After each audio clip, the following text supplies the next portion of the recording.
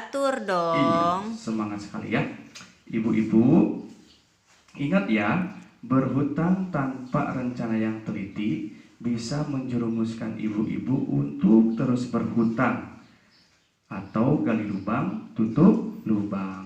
Nah, makanya ibu-ibu sebelum meminjam atau sebelum berutang harus mempertimbangkan 5 hal.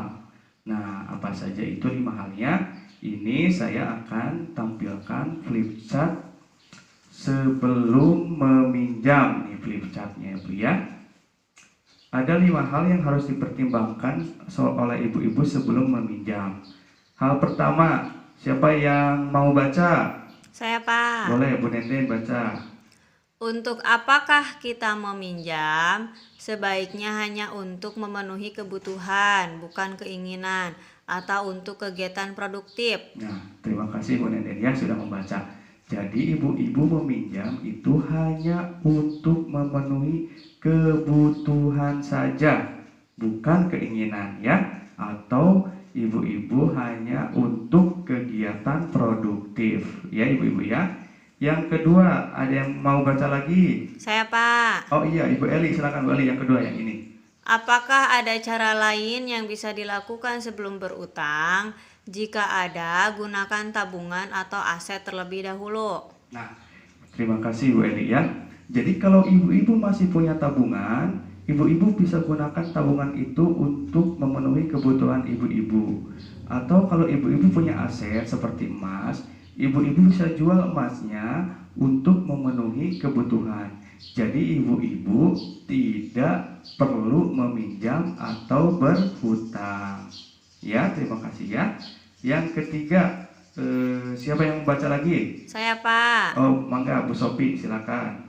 Berapa besar kita perlu meminjam? Sesuaikan jumlah pinjaman dengan kemampuan kita untuk membayarnya. Hitunglah berdasarkan jumlah pendapatan kita. Terima kasih Bu Sofi ya sudah membaca.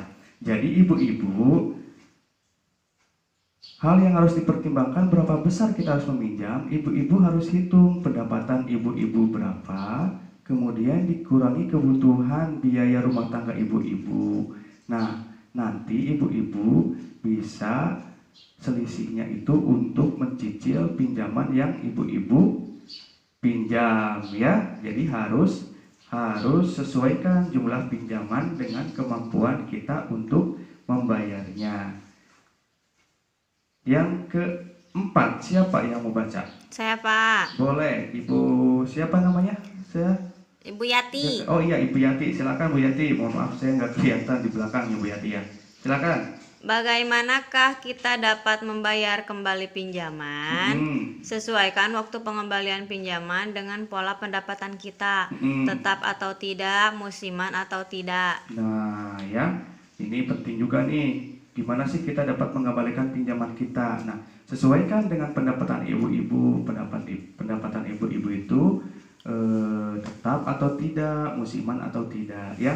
Kalau misalkan pendapatannya tetap per hari per bulan, berarti kalau per hari bisa ngambil yang pengembaliannya per minggu. Kalau misalkan pendapatan ibu-ibu tetap per bulan, berarti bisa dicicil per bulan.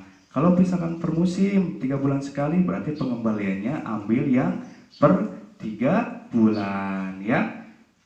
Ada lagi Bu siapa? Saya, yang mau baca Pak. terakhir? Ya silakan.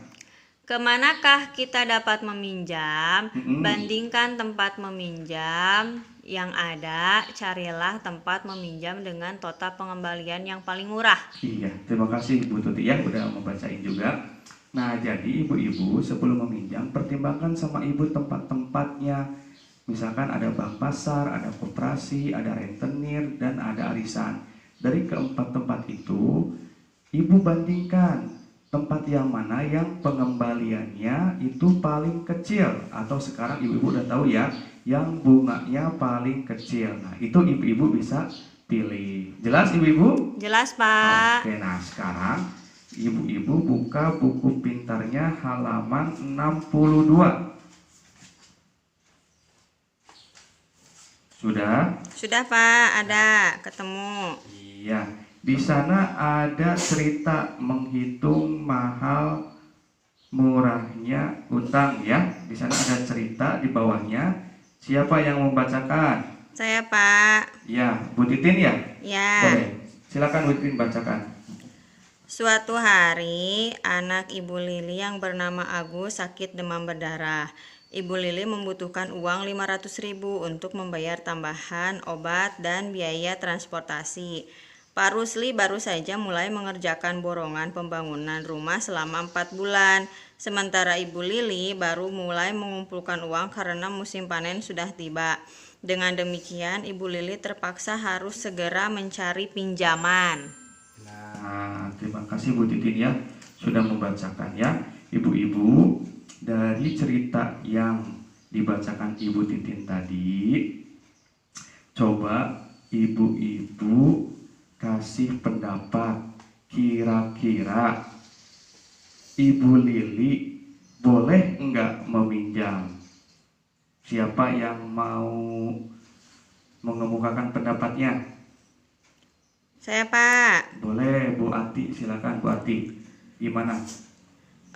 Boleh, Pak, meminjam. Karena kan itu kebutuhan yang mendesak, Pak, untuk bayar rumah sakit, untuk beli obat, untuk biaya transport. Itu bisa, Pak, karena itu memenuhi kebutuhan, bukan keinginan. Baik, tepat sekali Bu Ati ya jawabannya.